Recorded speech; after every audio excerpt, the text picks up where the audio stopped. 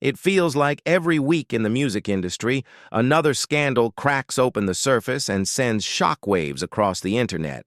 But this time, it isn't just whispers, it isn't just tabloid speculation. No, this is Jaguar Wright stepping back into the spotlight.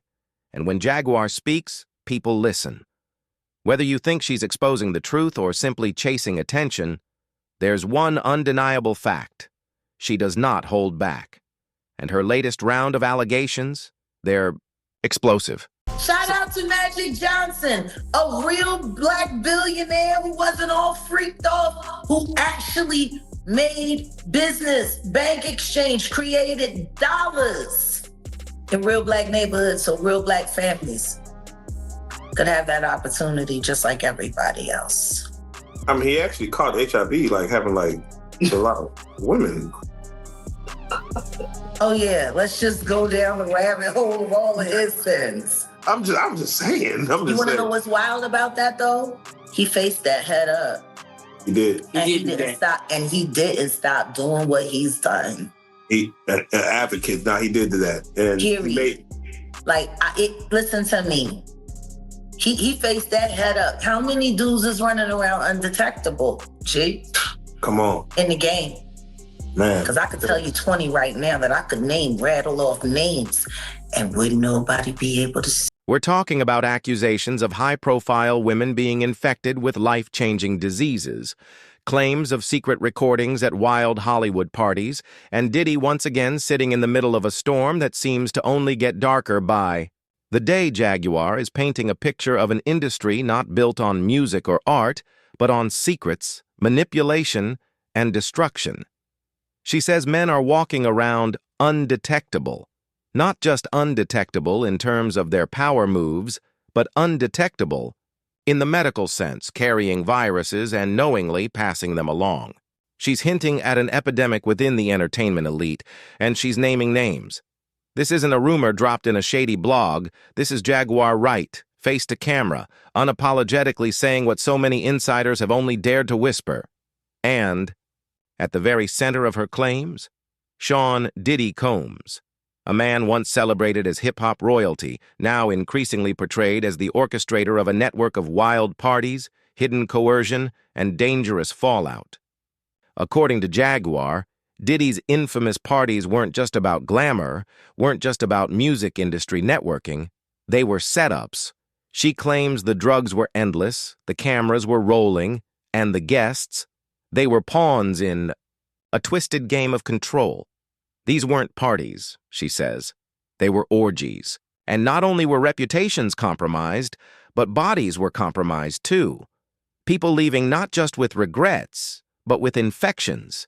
If this sounds shocking, buckle up, because as we break this down, you're going to see how these allegations tie into real legal investigations, lawsuits, and a growing pile of evidence that paints a disturbing picture of power, exploitation, and cover-ups in the music industry. Jaguar's latest claims don't live in isolation. They connect to a broader storm already engulfing Diddy.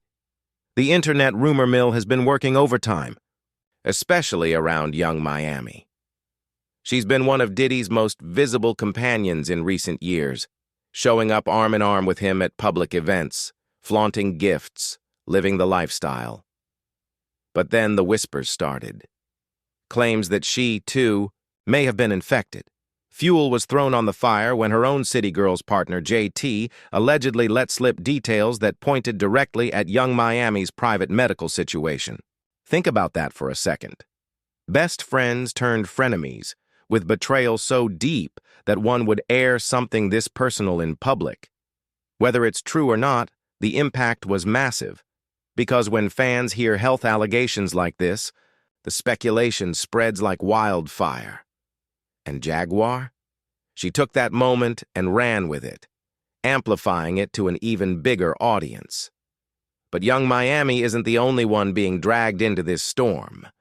Jaguar is suggesting there's a whole network of victims. Saucy Santana's name comes up. Chef D's name comes up. And Chef D, a former associate of Diddy, has gone on record himself, claiming that Diddy hid a medical diagnosis during their relationship. If that's true, it means concealment wasn't an accident. It was a deliberate pattern. Add in Jaguar's lurid descriptions of what happened at these freak-offs, and you get an image of not just one person at risk, but many. And in this version of events, the risks weren't only about intimacy, substances were flowing, shared recklessly, adding another layer of potential transmission. Now, here's where the story collides with cold, hard facts. Because while a lot of Jaguar's statements can be written off as unverified, the federal investigation into Diddy, that's very real. And what investigators found when they raided his homes in Miami and Los Angeles sounded like props from a scandalous movie, except they were evidence bags. Reports confirmed over 1,000 bottles of baby oil, 3 AR-15 firearms, and a long paper trail suggesting these weren't just bachelor party leftovers. No, prosecutors allege these items were tools in what they're calling freak-off operations. When you connect that to Jaguar's version of events, suddenly it doesn't sound so outlandish. According to indictment details, Diddy's parties were not random chaos. They were organized. Linens were ordered. Lighting was set up. Controlled substances were on standby. Staff were allegedly involved in booking and preparation. These weren't casual hangouts. They were productions, some lasting for days, complete with IV fluid sessions afterwards to keep participants going. When you realize the level of planning, it stops being just a rumor about wild parties and starts looking like a business model of coercion and exploitation. And the pattern of abuse? It stretches back over a decade. Allegations dating to 2009 describe women lured into relationships, only to be struck, punched, dragged, and manipulated into situations they couldn't escape. There are claims of elaborate setups where intimate acts were filmed without consent, then held over people like blackmail. This isn't just about reckless behavior. This is about power and control. We see this most clearly in the lawsuits. Cassie, once seen as the love of Diddy's life, came forward with details that sound like a nightmare. She describes hospitalizations after beatings, memory loss from concussions, even suicidal thoughts. She claims she was forced into encounters with male escorts while Diddy filmed it all, like some twisted director controlling every frame. And then, in 2018, the nightmare escalated into what she calls a home invasion and assault. That's not party gossip. That's documented legal testimony, and Cassie isn't the only one. April Lampros has her own set of chilling encounters with Diddy, stretching back to 1995. A bar in New York, drugs slipped into her drink, a hotel assault, a threesome with Kim Porter, forced ecstasy consumption. The fact that these allegations span decades suggests not isolated incidents, but a pattern repeating over and over. So when Jaguar Wright rattles off the names of women she claims have been infected, Nicki Minaj, Rihanna, Cassie, Young Miami, Kim Porter, Jennifer Lopez, Mary J. Blige, it sounds sensational. It sounds almost unbelievable. But when you line it up next to the legal cases, the federal evidence, and the testimony piling up, the question changes. It's no longer, could this possibly be true? It becomes, how much of this is true, and how much worse is it than we even know? And Jaguar doesn't stop with the infections. She's demanding accountability. She says prosecutors need to look not just at Diddy, but at the entire circle that enabled him. Stevie J, Mary J. Blige, Jennifer Lopez, Jay-Z, DJ Khaled, Rick Ross, even Usher, with Jaguar raising shocking questions about what went on with Justin Bieber when he was under his wing. These aren't vague industry rumors. These are direct calls for prosecution, coming out of Jaguar Wright's mouth.